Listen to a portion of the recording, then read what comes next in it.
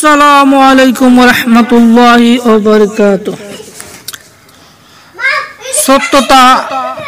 সত্যতা সম্পর্কে কিছু আলোচনা। তোমরা সত্যবাদী হও, কারণ সত্যবাদিতা সৎকর্মে নিয়ে যায় এবং সৎকর্ম জান্নাতে নিয়ে যাবে। সহানুভূতি সম্পর্কে তোমরা ততক্ষণ পর্যন্ত মুমিন হতে পারবে না যতক্ষণ পর্যন্ত তোমরা নিজেদের জন্য যা পছন্দ করো তা অন্যের জন্য পছন্দ করো না।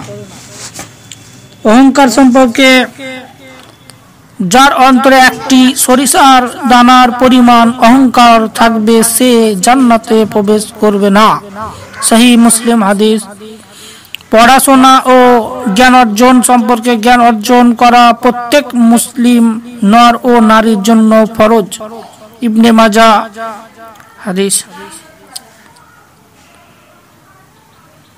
সহমর্মিতা সম্পর্কে যে ব্যক্তি মানুষের প্রতি দয়া করে না, আল্লাহ তাআলা তার প্রতি দয়া করেন না।